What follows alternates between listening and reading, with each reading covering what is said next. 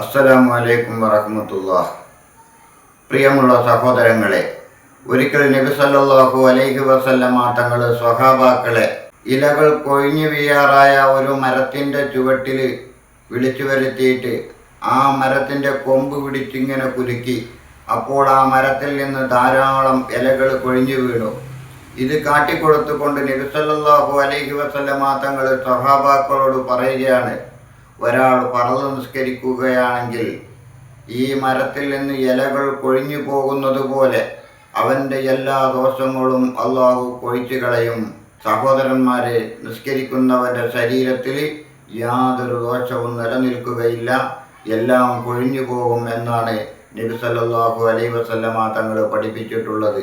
അതുകൊണ്ട് 5 നേരം നിസ്കാരം നിലനിർത്താൻ നാം എല്ലാവരും ശ്രദ്ധിക്കണം. ഈ ചാനൽ സബ്സ്ക്രൈബ് ചെയ്യുകയും ഈ വീഡിയോ കാണുകയും ചെയ്യുന്ന നിങ്ങൾക്കെല്ലാവർക്കും അല്ലാഹു തആല റഹ്മത്ത് നൽകട്ടെ. ആമീൻ. അസ്സലാമു അലൈക്കും.